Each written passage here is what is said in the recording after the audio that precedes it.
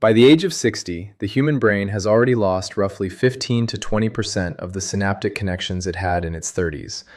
And the part almost nobody tells you is that a significant portion of that loss happens not during the day, but at night while you sleep, because of what you ate in the hours before you closed your eyes. If this kind of content matters to you, content that gives you the science your doctor rarely has time to explain, then please subscribe and hit the like button right now, because what we are covering today could genuinely change how your brain ages from this point forward. Most people think memory decline after 60 is simply inevitable, a slow fade, something you watch happen to yourself and hope it does not accelerate too quickly. They reach for crossword puzzles or brain training apps, and sometimes those help a little. But almost nobody is asking the more important question: what is your brain actually doing at night while you sleep? And are you giving it what it needs to do that job? Here is how I want you to think about it. Your brain at night is like a maintenance crew that arrives after the building closes. During the day, your brain is busy, processing, reacting, storing. The waste products of all that activity accumulate. Proteins that are slightly misfolded, metabolic debris, inflammatory signals. At night, particularly during deep, slow-wave sleep, your brain activates a waste clearance system called the glymphatic system. The glymphatic system, which is essentially a network of fluid channels that flushes the brain clean. That flush, that nightly rinse, is when memory consolidation happens. It is when the connections that form during the day are reinforced. And what you eat in the 2 to 3 hours before that process begins either supports it or actively interferes with it. The brain weighs roughly 1.4 kilograms. It runs on about 20% of your body's total energy, while accounting for only 2% of your body weight. It is the most metabolically demanding organ you have. And after 60, its ability to regulate inflammation, manage oxidative stress, and clear that glymphatic debris slows down considerably, unless you actively support those processes. The research now is unambiguous on this. Nutrition in the evening window is not a minor variable. It is a major one. What most clinics will not sit down and tell you, and I want to be direct about why that is that the pharmaceutical model of cognitive decline is built on treating symptoms after they appear. Preventing them through food does not generate a prescription. It does not generate a return visit every 3 months. The system profits when you stay unwell, not when you get well. So let me tell you what the research actually shows. The first food is walnuts, and the reason is more specific than you might think.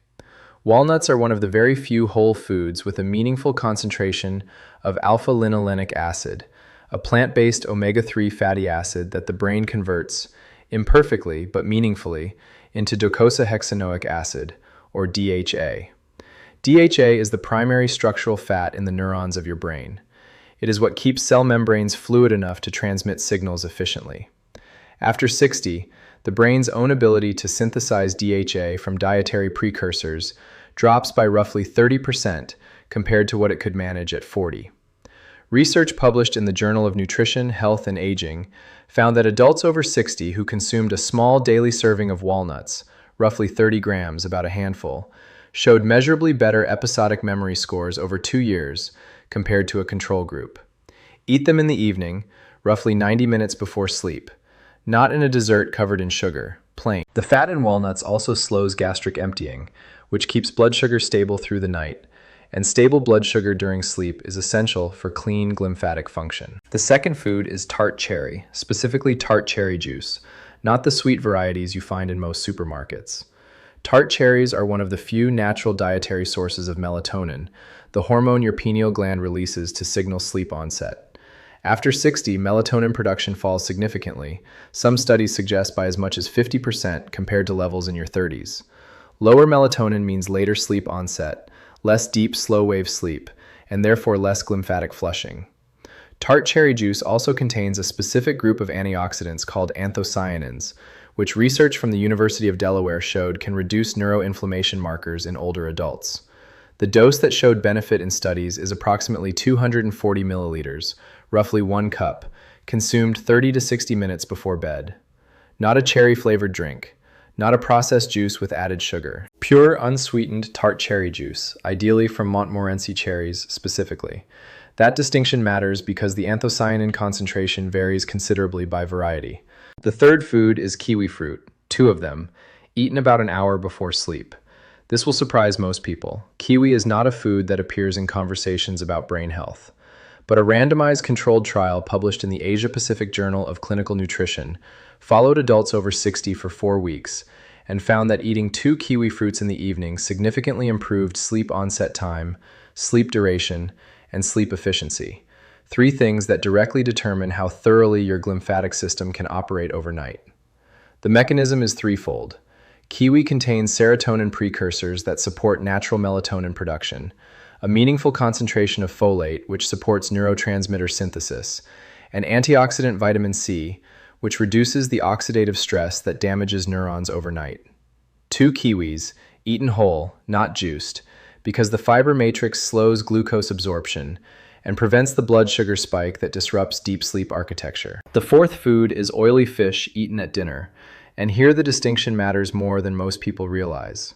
Salmon, mackerel, sardines, and anchovies contain preformed EPA and DHA, meaning the brain does not have to convert anything. It gets the finished product directly. A serving of 150 grams of Atlantic salmon at dinner delivers roughly 2 grams of combined EPA and DHA. That level of intake, sustained over 6 months, is associated in longitudinal studies with a reduction in beta-amyloid accumulation in the brain, beta-amyloid being one of the protein fragments that accumulates when glymphatic clearance is insufficient, and that researchers associate with cognitive decline. People over 60 often avoid fish at dinner because they believe it will be too heavy or disruptive. The opposite is true. The fat in oily fish is anti-inflammatory, not sleep disruptive.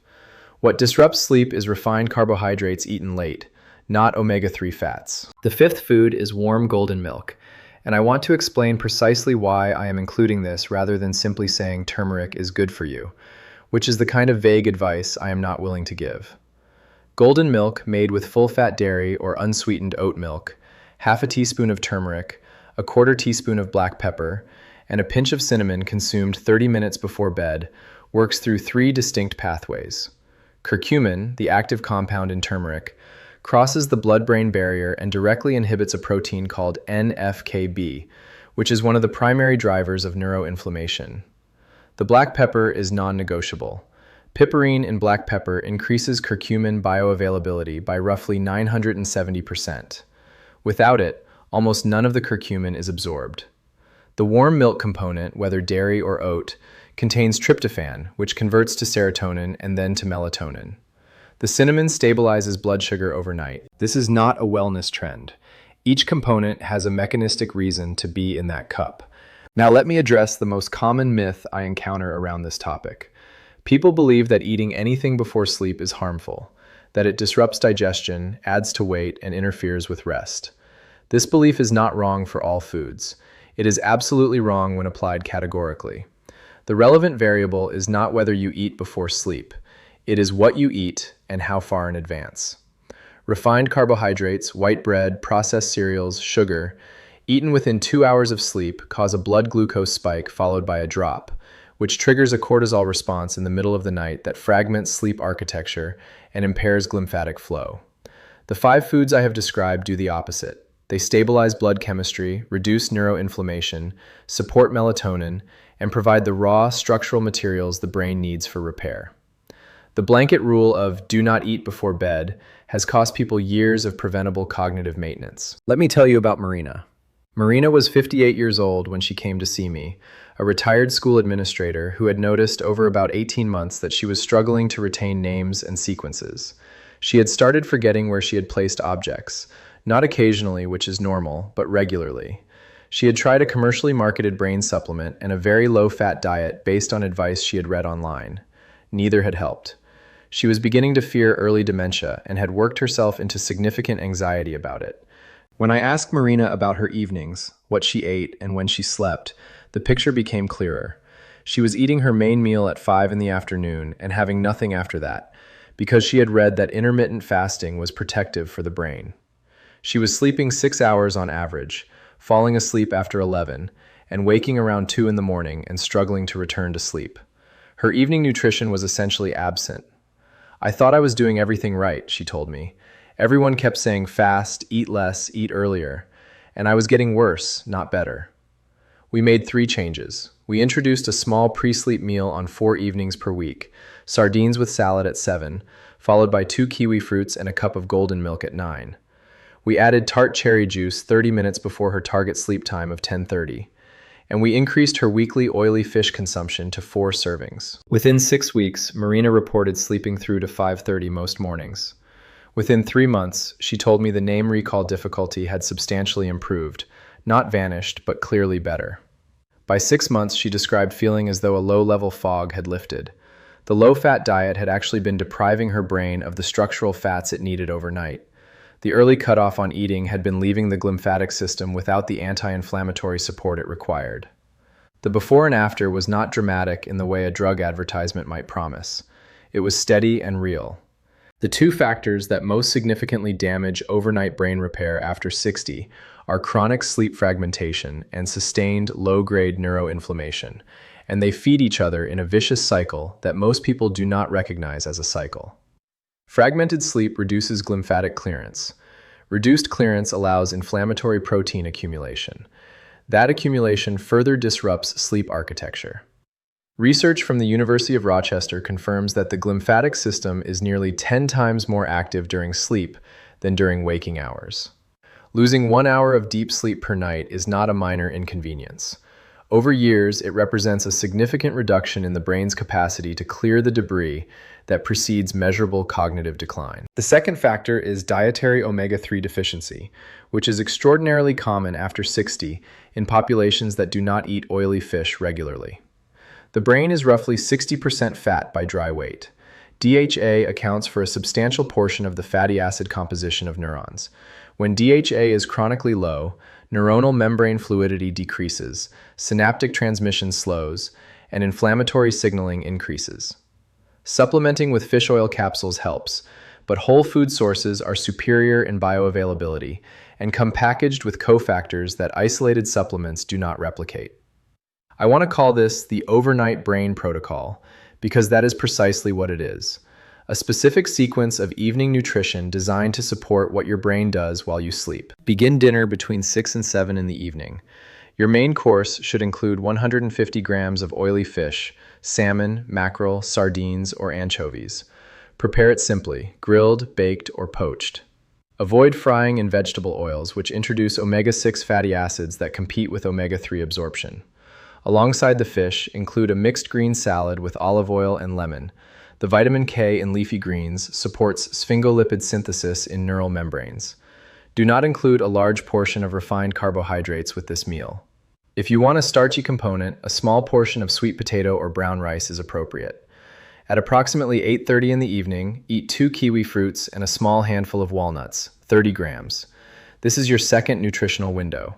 The kiwi and walnuts together provide serotonin precursors, ALA for omega-3 conversion, and the antioxidant protection that counters the mild oxidative stress of the transition into sleep. At 9:30, drink 240 milliliters of unsweetened Tart cherry juice. This is your melatonin support window. Do not replace this with a sugary cherry drink. The anthocyanin concentration in commercial Tart cherry juice varies by brand. Look for Montmorency cherry on the label. At 10, 30 minutes before your target sleep time, drink your golden milk. Half a teaspoon of turmeric, a quarter teaspoon of freshly cracked black pepper, a pinch of cinnamon, prepared in warm, full-fat dairy milk or unsweetened oat milk. This is your neuroinflammation suppression window. What you must not do in this protocol is consume anything with added sugar or refined flour after 7 in the evening. A single biscuit, a small bowl of cereal, a sweet drink, any of these will spike blood glucose, trigger an insulin response, and create the mid-sleep cortisol release that fragments your deep sleep and undermines every other step in this protocol. The investment in the earlier steps is wasted if you introduce glucose instability in the final window. If you want to discuss any of this with your doctor, and I genuinely encourage you to do so, there are 3 specific tests worth requesting. The first is a fasting omega-3 index, sometimes called the HS omega-3 index. This measures the percentage of EPA and DHA in your red blood cell membranes. A level below 4% is considered high risk for cardiovascular and neurological outcomes. An optimal level is 8% or above. Most people eating a standard Western diet test between 3 and 5%. Your GP may not routinely offer this, but it is available through specialist labs and is worth specifically requesting by name. The second test is a full inflammatory panel, specifically high-sensitivity C-reactive protein, or HSCRP, and interleukin-6 if available. HSCRP above 2 milligrams per liter indicates significant systemic inflammation, which research consistently associates with accelerated cognitive aging. You want HSCRP below 1 milligram per liter. This is a standard blood test that most doctors can order without difficulty. The third is a sleep study, or at minimum, an Epworth Sleepiness Scale assessment, if you have any reason to suspect sleep fragmentation, snoring, or unrefreshing sleep. Undiagnosed obstructive sleep apnea is extraordinarily common after 60 and is one of the most powerful suppressors of glymphatic activity that exists. If your sleep is fragmented for mechanical reasons, no amount of nutritional optimization will fully compensate. The way this topic lands changes considerably depending on where you are in life. In your 50s, the glymphatic system is already beginning to slow, but its capacity to respond to intervention is still substantial. The foods I have described can meaningfully counteract early decline if implemented consistently. In your 60s, the urgency increases. Melatonin production, DHA synthesis, and inflammatory regulation have all reduced, which means the dietary support needs to be more deliberate, not less. The 5 foods I have described become less optional and more essential. In your 70s and beyond, the intervention remains valuable, but it works best in combination with managed sleep duration, aiming for 7 to 8 hours, not 6, and ideally with a physician who understands the glymphatic system. How old are you? Write it in the comments below. I genuinely want to know which age group this content hits closest to home, because that shapes the videos I make next. If most of you watching this are in your 60s, I want to go deeper on the decade-specific changes that affect you. Tell me your age, it matters. Before I close, I need to be direct about something. If you are experiencing any of the following, watching this video is not the right action. Calling your doctor is. If you notice a sudden and significant change in memory over days or weeks, rather than months, that is not normal aging and warrants immediate evaluation. If you experience confusion about time, place, or identity that comes on quickly, that is a neurological emergency until proven otherwise. If someone close to you has observed a dramatic change in your behavior, personality, or cognitive function, do not wait. If you experience sudden severe headache unlike anything you have felt before, sudden vision disturbance, or difficulty speaking, call emergency services immediately. These are potential signs of stroke or acute neurological event, and time is the single most critical variable in outcomes. These are not scenarios for a dietary protocol. These are scenarios for emergency care. Here is exactly what to do after this video. First, this week add oily fish to your dinner on at least 4 evenings. Salmon, mackerel, sardines, or anchovies, 150 grams per serving. Second, purchase unsweetened tart cherry juice, Montmorency variety, and drink 240 milliliters each evening 30 minutes before your target sleep time. Third, eat 2 kiwi fruits each evening at around 8:30, alongside a 30-gram handful of walnuts. Fourth, prepare golden milk with turmeric, black pepper, cinnamon, and warm milk each evening at 10. Fifth, eliminate refined carbohydrates and added sugar after 7 in the evening, without exception. Sixth, request an HS omega-3 index and an HSCRP blood test at your next appointment, and bring this protocol with you to discuss. Everything we covered today is for your understanding and education. Your situation is specific to you, and using this as a starting point for a real conversation with your doctor will always be more useful than trying to manage things on your own. If this video helped you understand something complex in a way that finally made sense, please subscribe and leave a like. It takes less than 5 seconds, and it tells me that content like this, specific, mechanistic, honest, is what you want more of. I will see you in the next one.